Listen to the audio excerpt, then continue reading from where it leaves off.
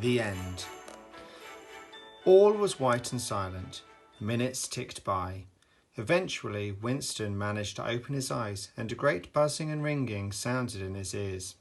He crawled out from under the snow. He had no idea where he was, or even how far he'd travelled from Fortescue's. "What am I going to do now?" he whispered to himself. Everything seemed hopeless. The letter, Christmas, finding somewhere safe and warm for himself out of the storm. He stood as best he could in the wind and looked all around. He felt utterly lost and completely alone. Across the great expanse of the rooftop where he had crash-landed, someone was moving about. He glimpsed a blur of red.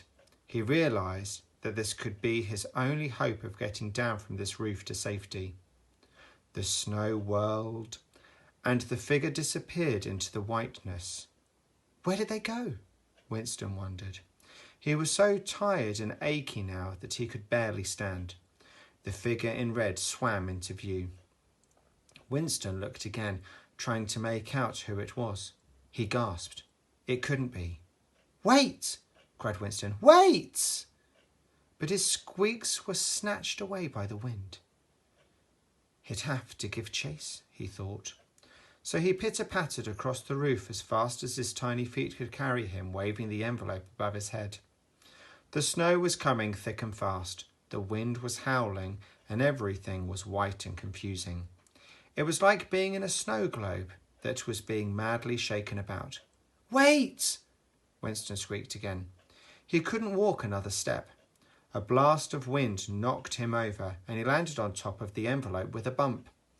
He was too exhausted to get up again, so he just lay there, shivering. A few moments later, the figure appeared again, out of the whiteness. He was small and round, with fluffy white beard and rosy red cheeks, peeking out like two cherries on top of an ice cream. He was bundled up against the chill in a cheerful outfit. Winston opened one eye as wide as he could manage and smiled weakly. "I knew I'd find you," he squeaked. Father Christmas cocked an ear. What was that? He heard a noise. It was a tiny and squeaky sort of noise, but he definitely heard it. It sounded like a mouse. But what on earth would a mouse be doing up on a roof in this awful weather?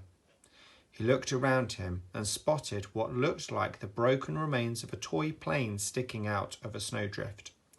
Then he spotted something else. Lying on the ground, almost completely covered in snow, was the tiniest mouse he'd ever seen, and he seemed to be holding on to something very tightly. Father Christmas gently picked Winston up and carefully placed him in his pocket for warmth. Then he looked with interest at the damp and crumpled piece of paper the little creature had been holding. It was an envelope, and it was addressed to him, and inside a letter from Oliver, the little boy who lived above the toy shop on Mistletoe Street.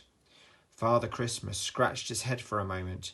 He hadn't heard from Oliver this year. He had thought that the boy had forgotten to write to him, but now he had his letter in his hand.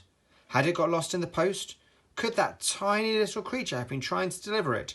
Surely not on a fearful night like this. It seemed unbelievable, yet here was a mouse on the roof holding the letter in his little paws. "Extraordinary!" said Father Christmas, shaking his head in amazement. He tucked Oliver's letter into his jacket for safety and carefully reached into his pocket.